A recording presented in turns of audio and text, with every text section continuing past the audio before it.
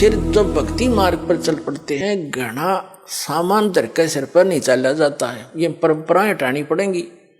और जैसे भगवान रखे न्यो रहना पड़ेगा। जैसे कर का जहर का रंग हो रही हो, कहो कौन तीस खावे राम रंग हो रही हो।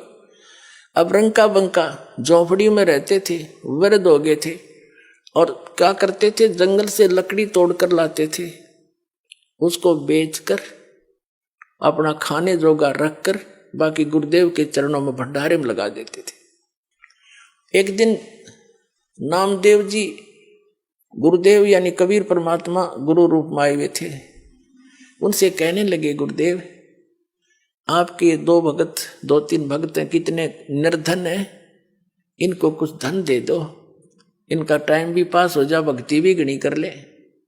अब परमात्मा ने सोचा कि नामदेव तो बालक है, कति श्रद्धा बतेरी है, पर इसमें विवेक बना नहीं। अरे भक्ति करें और ये कौन से बर्तन बनाओ हैं। वहां से लकड़ी तोड़ी, वहां तक लकड़ी तोड़ने जाते हैं तो मंत्र करते जाते हैं, लकड़ी तोड़ के सिर पर धरी मंत्र करते आते हैं। भक्ति मत बाधा है नहीं। और लेकिन नामदेव जी की उस समय समाज की सोच घड़ी थी, उस बच्चे को भी सेट करना था अपने को।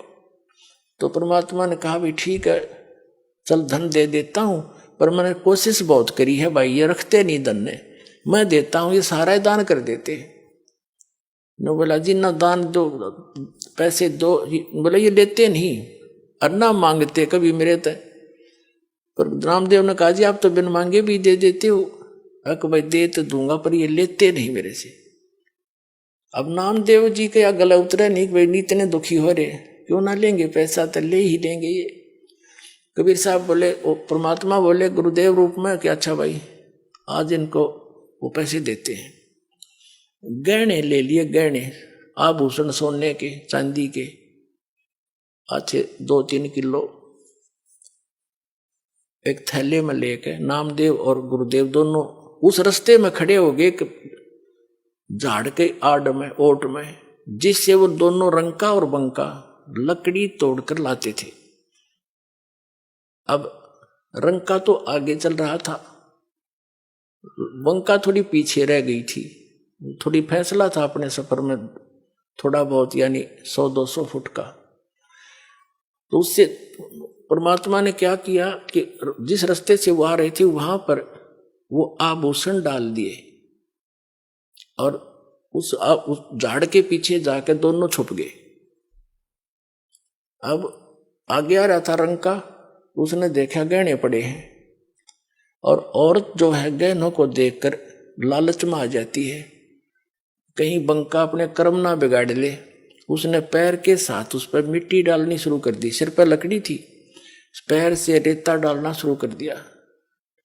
अब बंका ने देखा मेरे पति रुक कैसे गए, कोई पैर में क्या हो गया इनको। उन्हें ध्यान से देखा ये तो आभूषणों पर मिट्टी डाल रहा है। वह भी समझ गई इस बात ने। वो कहने लगे कि चलो चलो आगे, क्यों मिट्टी पर मिट्टी डाल रहे हो, आगे चलो। अब दोनों छोड़कर आगे चले गए अपना। तो परमात्मा बोले नामदेव देख लिया तने, ना लेते मैं क्या करूं भाई। अपने आत्माओं एक दिन क्या हुआ, सत्संग चल रहा था, गुरुदेव सत्संग फरमा रहे थे, और रंका और बंका दोनों पति पत्नी सत्संग में विद्यमान थे, चर्चा चल रही थी। अकेली लड़की घर पे थी, झोंपड़ी में बाहर बैठी थी चारपाई पे वृक्ष के नीचे। झोंपड़ी में आग लगी, सारे कपड़े वपड़े वो सारे जल गए। लड़की भागी आई, अब पिताजी माताजी क्या हो गया, आग लगी झोंपड़ी में, सारा कुछ स्वाह हो गया। बेटा और के बच गया, एक चारपाई बच गई, बाहर रखी थी, मैं बैठी थी। ने बोले उस चारपाई ने भी उसमें डाला बेटा, है वह भी जल जा, खत्म हो।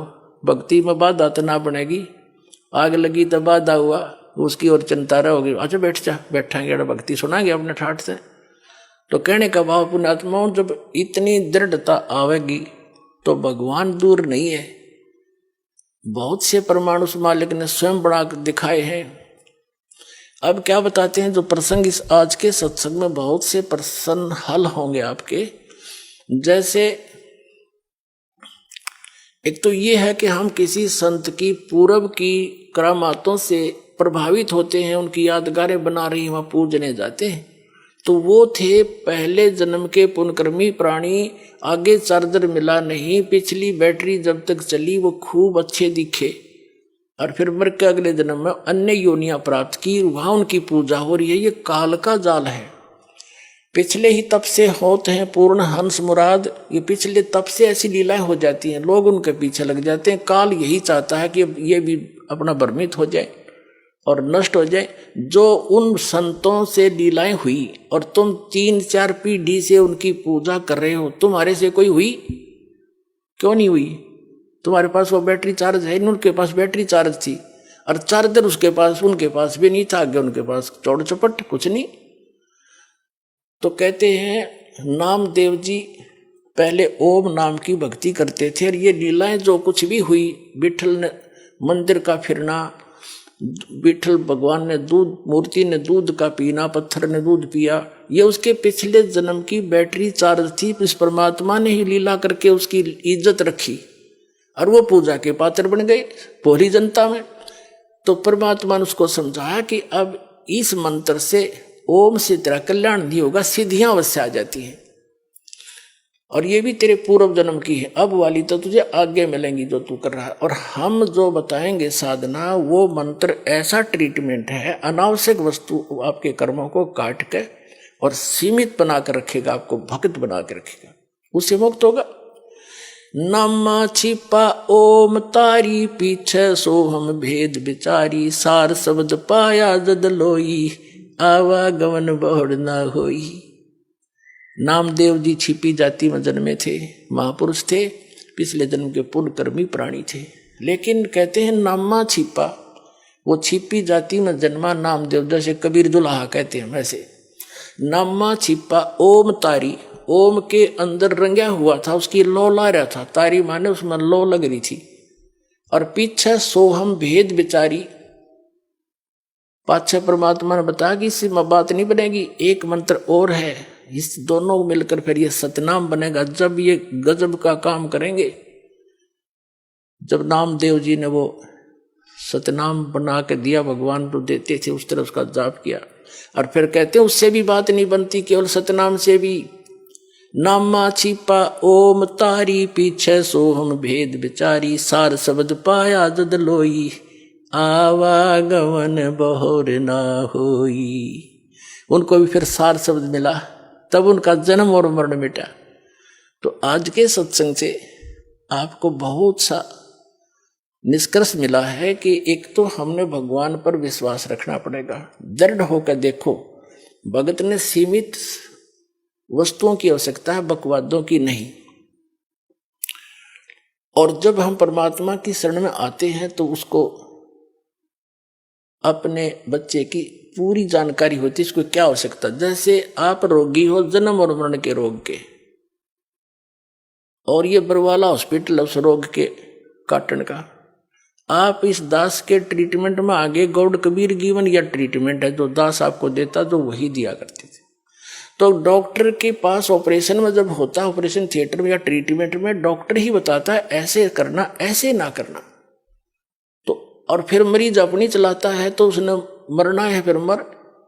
कबीर साहब कहते हैं औखद खावे पत्थर है, और तब होवे उपचार, यानी औखद औषधि ले, और पत्थर है यानी वो ऐसी चीज नहीं खावे, यानी जो मना कर रखे खाने के लिए वो वस्तुएं नहीं खावे, और पत्थर है यानी परहेज रखे, और तब उसका ट्रीटमेंट होगा।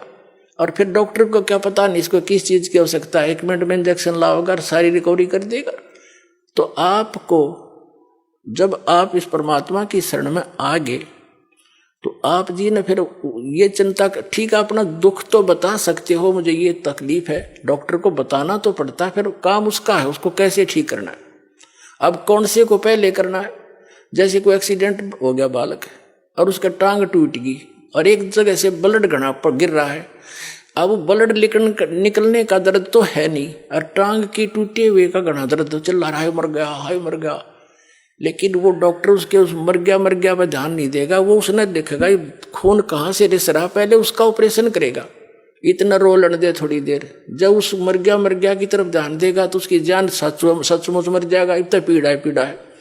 तो पुण्यात्माओं, आप यहाँ आए हो, आपको कोई भी भयंकर कष्ट दिखाई दे रहा है और वो अभी तक मालिक ने नहीं निवारण किया है, तो ये सोचना कि आपका कोई और भयंकर कष्ट है जो आपका जान लेने वाला है, उसको टालने के लिए आपका प्रयत्न किया जा रहा है। उसने 2 दिन पीछे कर देंगे। तो आप विश्वास करना इस मालिक पर, अपनी ना चलाना। मैं इतनी बार आ लिया, मैंने इतनी जोत चढ़ा ली, मैंने पाठ भी करवा लिया, लगा रहे, पेट में दर्द हो जा, एक गोली से ना हो तो डॉक्टर ने कहा एक और खा ले भाई, उससे भी ना हो तो कहा एक और खा, इसने इसी से होगा। तो जो आप कर रहे हो दान पुण्य सेवा सेवन, इसी से राहत होंगे, नहीं हो तो और मंडा रहे। तो इस तरह आपका यू कल्याण होगा। और ये है भक्ति मार्ग।